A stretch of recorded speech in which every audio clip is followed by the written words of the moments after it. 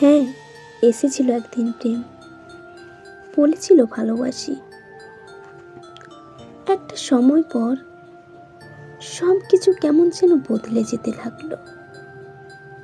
আচ্ছা, অনুভূতি না জাগলেও কেন সবাই ভালোবাসি কথাটা বলে? এটা ভেবে অবাক হই আমি। ডুবেছিলাম তার মিথ্যে ভালোবাসায়। ক্রমশ তার কথা বলার ধরন, ব্যবহার সব কিছু বদলে যেতে লাগলো। আমি বুঝে নিয়েছিলাম সে দূরত্ব চাইছে, তাই নিজেকে সরিয়ে নিলাম তার জীবন থেকে, মনের মধ্যে একরাশ অভিমান নিয়ে।